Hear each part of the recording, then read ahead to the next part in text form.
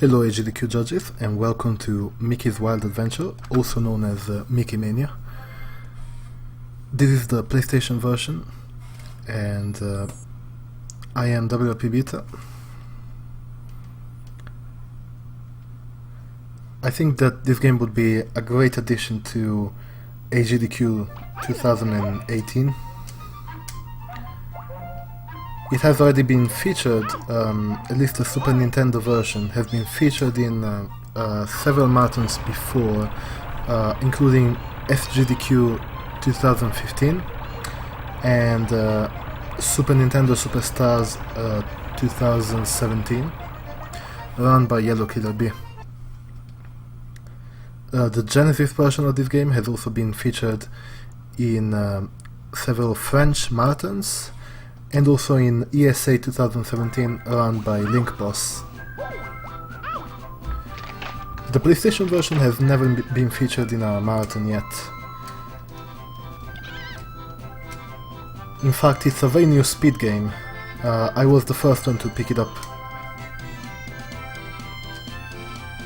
Here we have the first waiting section of the game. It's a very long waiting section, but about the longest that we'll get. This run is actually not full of waiting.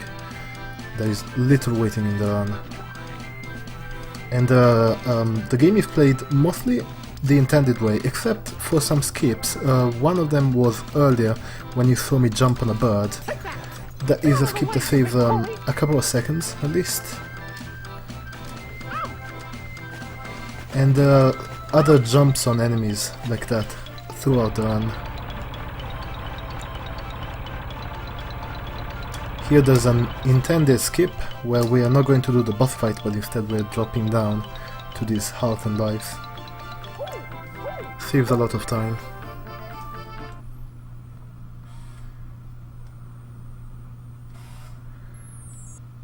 Now the run of the PlayStation version is much different from the run of the Super Nintendo version that was in SGDQ 2015. In fact, the Super Nintendo version has some... first of all, it has fewer levels than the PlayStation version, exactly 3 fewer levels.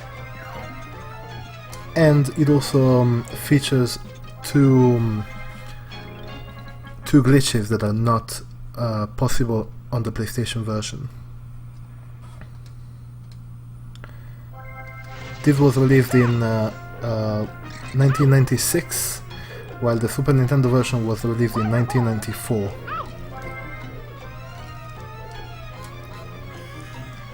If you have seen the Super Nintendo version, you will see how much nicer this looks and how much more voice lines and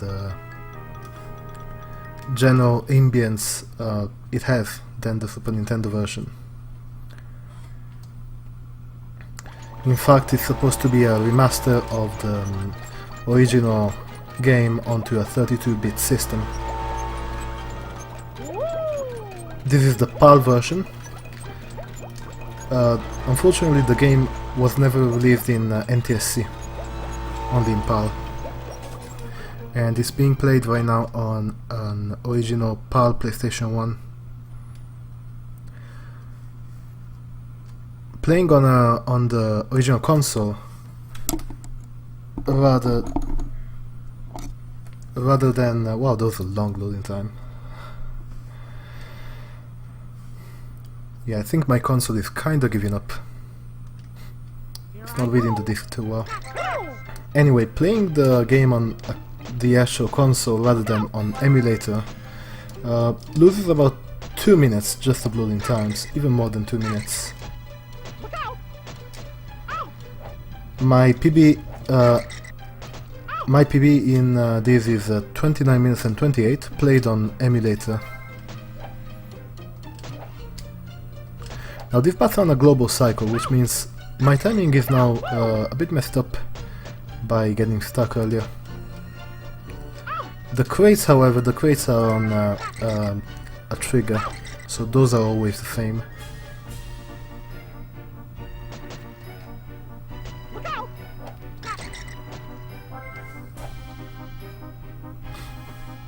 So I expect this run to be at least 32 minutes.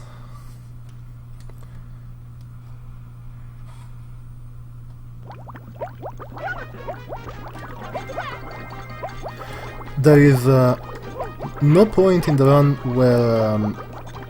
where we would actually like reset in a mountain setting.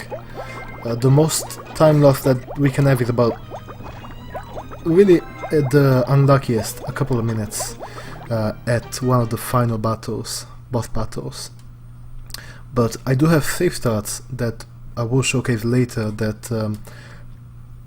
that will prevent that time loss. As far as RNG goes, there is almost no RNG in the game. There are some small amounts of RNG, for example in where the bombs go when I kill the skeletons, or where the Mad Doctor will throw his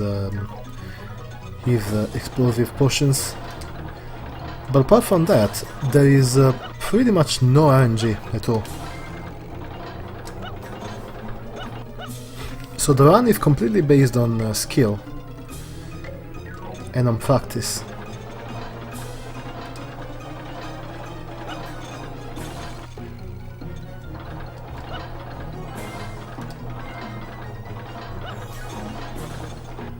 That was the first autoscroller of the game, actually the second autoscroller of the game. There are quite a few autoscrollers, but they are rather short. The longest ones are 2 chase portions that we'll see later.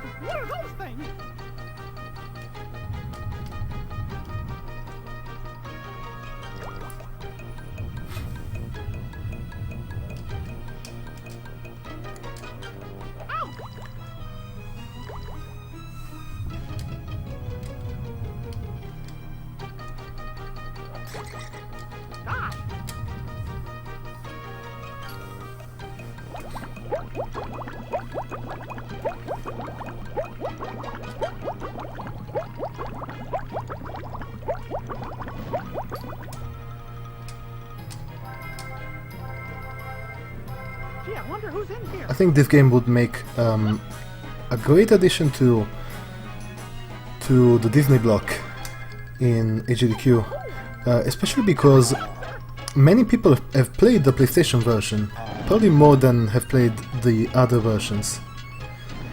I see in fact all the time at marathons or during runs when this is being run, I see people referencing the drop that you saw in the second level where I skipped the crane boss by going down to the hearts and lives. Many people reference that in the chat and they're like, well, why is the runner not doing that? Well, that's because it's a PlayStation only trick.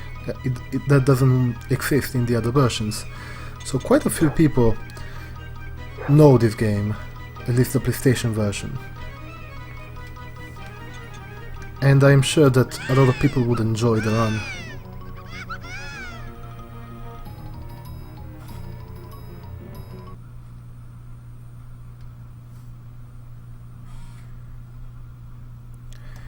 The game is divided into 6 cartoons. The old Mickey Mouse cartoons. The first was Steamboat Willie, then there was Mad Doctor, which is just ended. And now this one is Moose Hunters. I'm going to take damage on some specific branches so that the cycle of the Roxy is correct.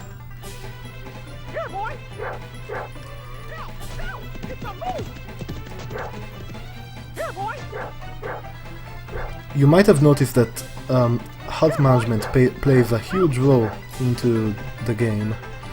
That was probably not evident in the first level, because I knew that there was health at the end anyway, but in all the other levels there is some place where I want to use my health, and so I need to be careful not to use it all before.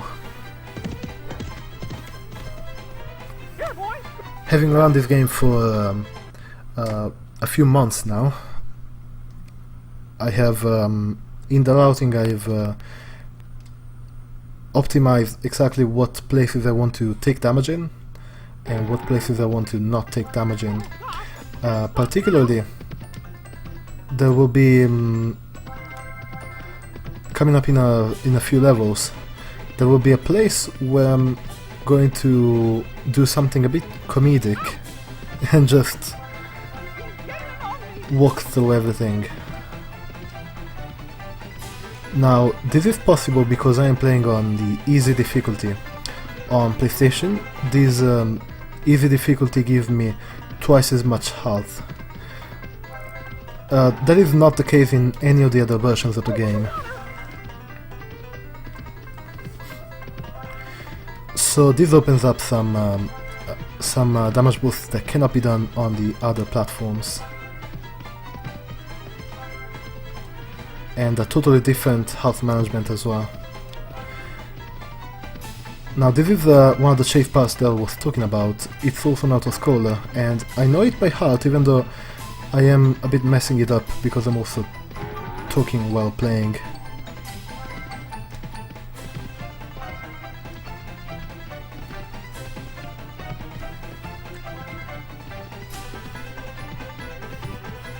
That was Most Hunters. Now we're coming up onto the fourth cartoon of the game, which is Lonesome Ghosts.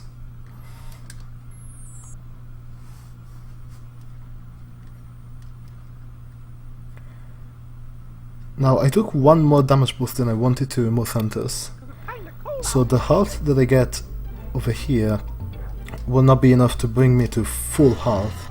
By the way, the health meter is on the top left, it's the fingers.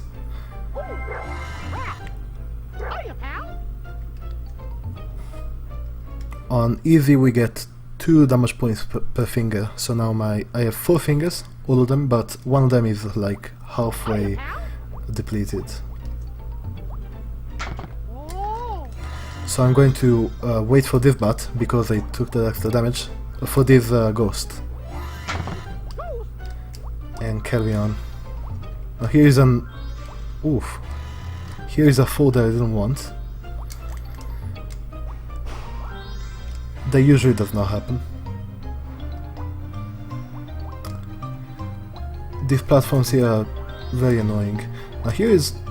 jumping on this platform here was a bit of an...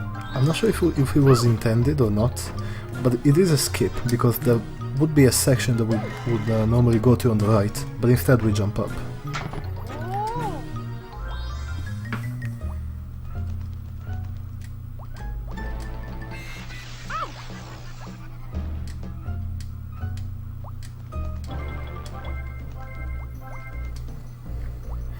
Now because I messed up earlier, I am probably not gonna get a perfect cycle on the stairs, so I'm gonna go for the slow cycle. But I do get a good cycle on the ghosts here. Now here comes the strategy that I was talking about, where I'm just going to... normally we're supposed to go on the barrel and ride it so that we don't take damage. But instead I'm just going to go into the water, because that's quite a few seconds faster actually.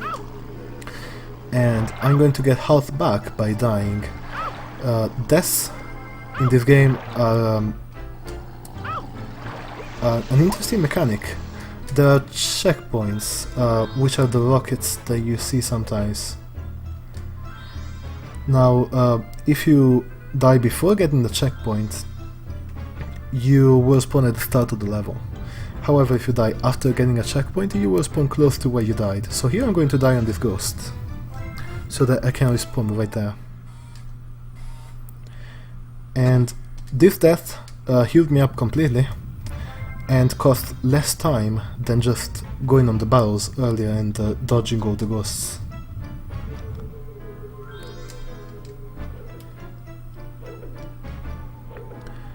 So now I am fully healed for the next level, which is the 5th cartoon in the game.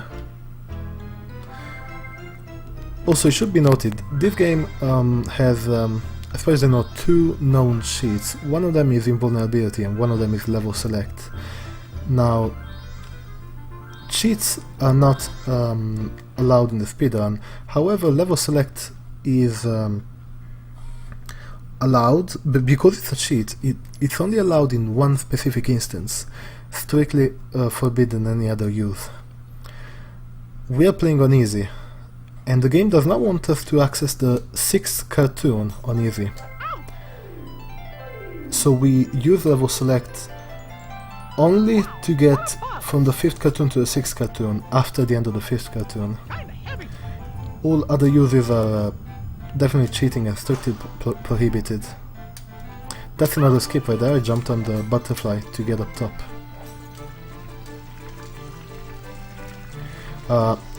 The casual stats for that would be to fill up a vase with a growing plant, and then we will be able to jump on the mushroom, but that takes a long time. It's possible to miss the skip, and in that case, well, we would lose half a minute at most. Not a huge deal in a marathon setting.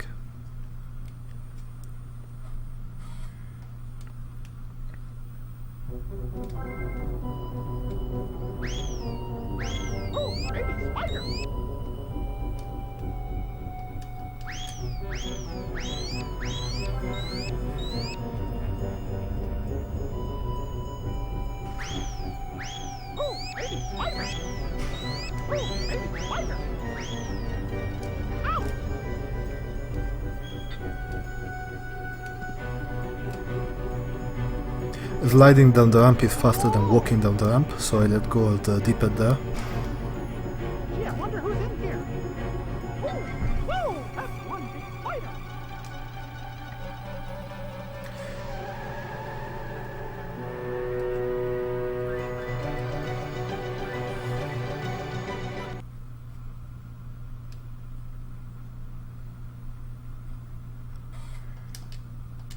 This is one of the longer cartoons in the game. It's actually shorter than the Mad Doctor and Prince and the Pauper, but it's longer than the other three. The Prince and the Pauper, which is the 6th and last cartoon, is definitely by far the longest of them all.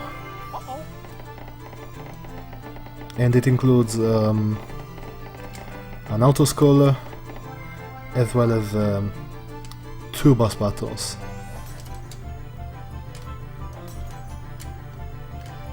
Here I'm going to jump on the butterfly to get up top quicker.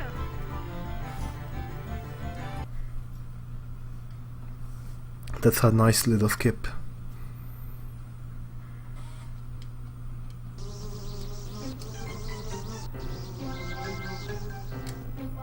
Cheese, my favorite.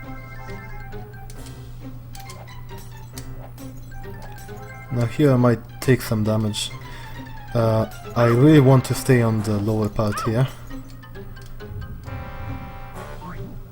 Oh, the rocket that I just passed was the checkpoint. I'm not planning to die in this level.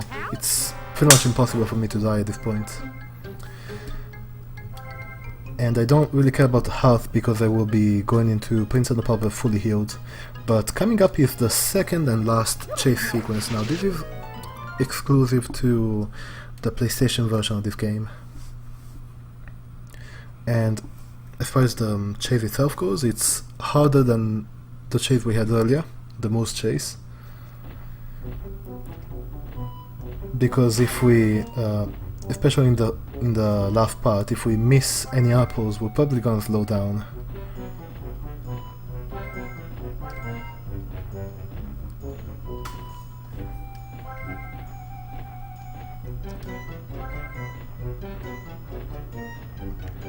A fun fact about the game is that it was the first game to be worked on by Disney animators. They advertised that on the cover of the game. Over the water.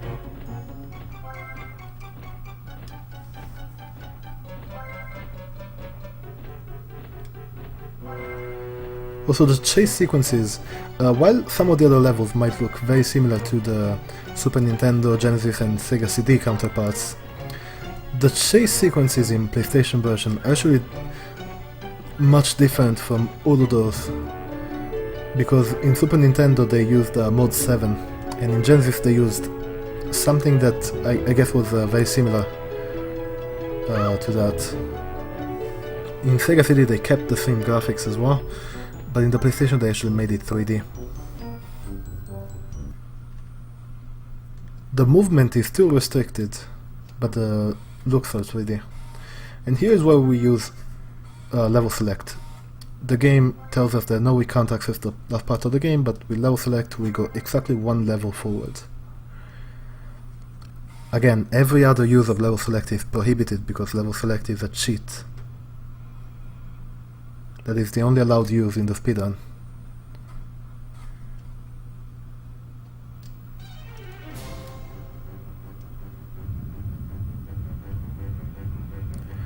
These chandeliers have weird physics. 3 charges are enough, but I have fallen off of them more often than I would like. Look at that!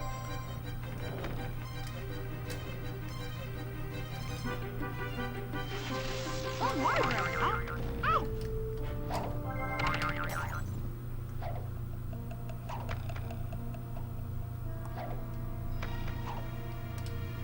Ah, he damaged me. Oh, come on.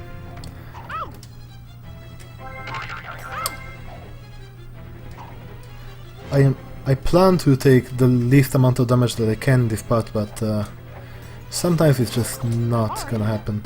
Now, I jumped over those vases there. That's actually a very tight jump. Usually I get damaged by those.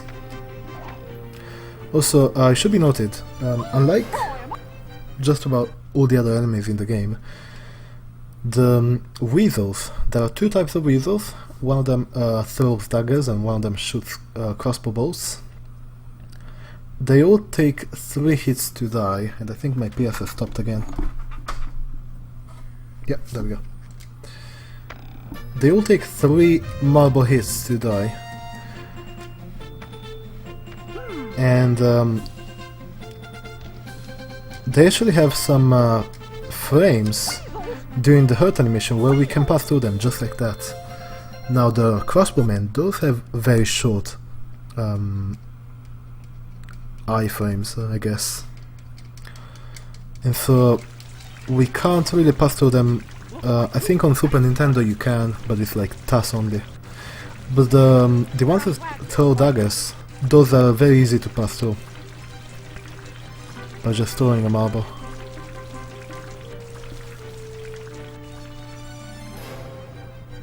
The weasels are not the first example of the enemies that die in 3 hits. In fact, some skeletons in Mad Doctor also die in 3 hits. But they are the first example of enemies that can only be killed by marbles and not by jumping over them.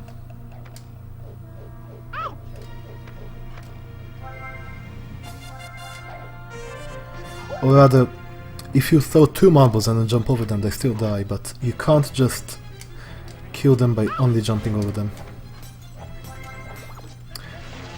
Now in this level I was planning an intentional death, later on if possible, but I think I might have to take it early, because I took a lot of damage in the previous level. The reason why I take an intentional death in this level is that I can then, in the next level, dodge everything. And actually I think I might be able to take the death where I want it, which is nice.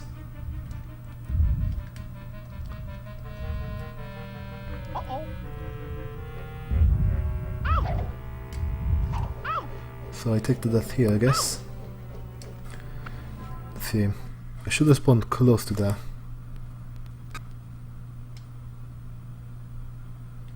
If the PlayStation doesn't get stuck again.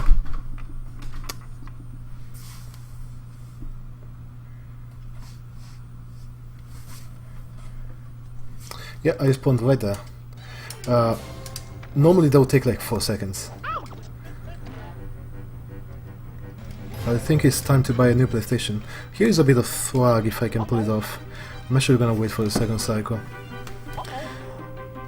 See if I can pull it off. No, I can't. So if I stay enough to the right, those spikes actually don't damage me. That's not the intended way to do that. I just wanted to showcase that. It doesn't really save any time, I guess. Now here's the level where we want to be able to dodge everything. Damage boost to everything. Because dodging these crates is very slow. and only one of the crates can actually be dodged without stopping and waiting for them. Higher. Ow. Which is the one coming up now. See if I get it. It's going higher. I got it, nice.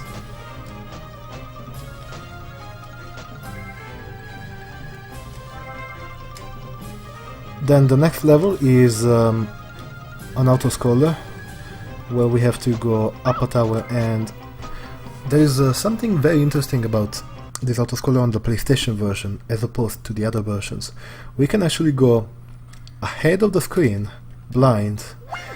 However, that is way too hard because of what's coming next. I'll only be going ahead of the screen at the end. But with enough practice, or in a task, you will definitely be able to just go blind all through here. And then here is when I go blind now. So that I can take the first cycle on this rope. But if I had gone blind through the whole thing, then I would have to take that rope blind. I'm not even sure if the rope would be loaded at that point, so good luck on that.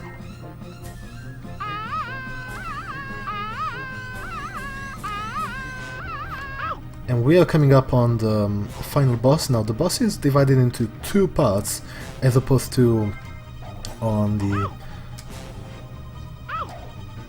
other versions of the game, or other than Super Nintendo and Genesis versions.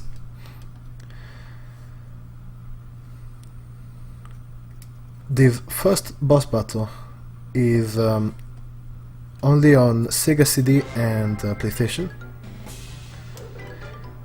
and it is a very dangerous battle, and that's what I was talking about earlier, where you can lose up to like a couple of minutes, because there are 4 pits where we can fall and die.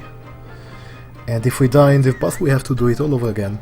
So I implement safe start that will now show. I go low here so that I can get behind this weasel and damage boost too, instead of jumping on top of them, which would be a bit faster, but I have missed a jump more times than I would care to admit. Also, the health on the left side of the room respawns every time I take a pencil, so I have a lot of health to work with, so I have a lot of damage boost that I can do.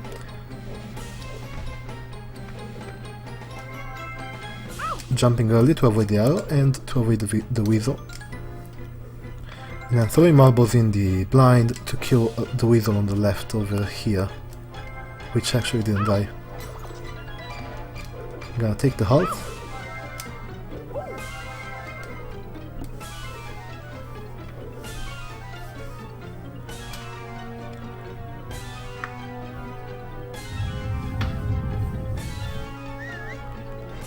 And let's go again. We have to take exactly 6 pencils in total. We have taken 3, I think, so far. Yes. Jump over the arrow and jump over the weasel. And let's see if we can get this awesome cycle on the rope where I catch it from behind, which is always amazing to me.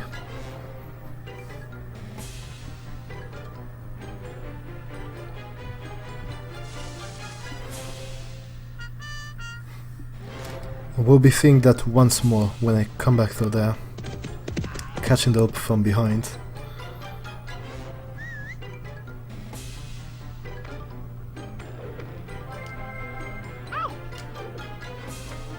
Oh, I didn't avoid the weasel there, but it's fine, I have a lot of health.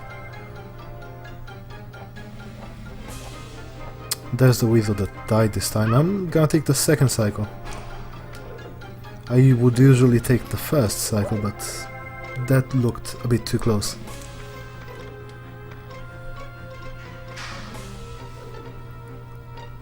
Dying on this boss is really... It would kill a PB attempt, not necessarily a marathon run, but it would be very painful. safe start.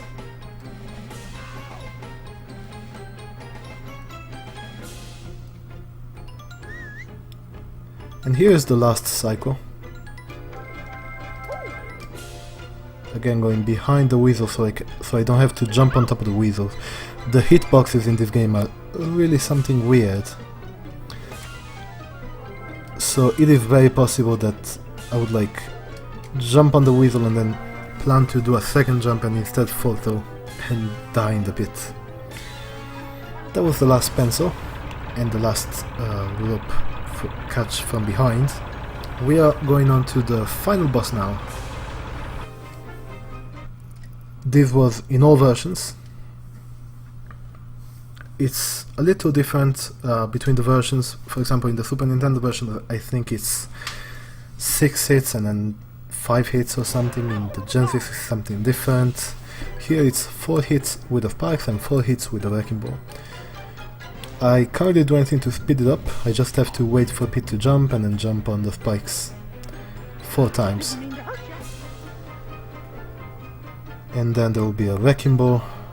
The spikes can spawn on the left or on the right, as opposed to the other versions. It's random, even though usually they spawn on Pete's side, on whatever side Pete is on. But sometimes they just decide to spawn on the other side like that. I'm not sure if that can be manipulated, it's not really worth manipulating either.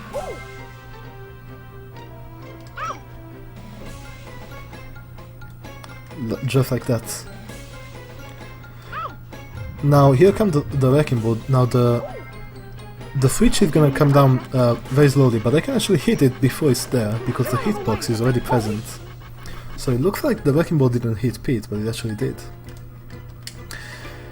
Now this is gonna take 4 wrecking ball hits. There is a rare occurrence where, for some reason, sometimes, very rarely, it only takes 3 wrecking ball hits. I have only had that happen twice, once in practice and once in a run, and I have not been able to reproduce that. And this time it's gonna take 4 hits. The magical 3rd hit, whatever, that would be a 13-second time save, roughly. And that's time. 30-30, that's mainly because I fell down in Lonesome Ghosts. And that's the game. I do hope it will be accepted into AGDQ. Thank you all for watching.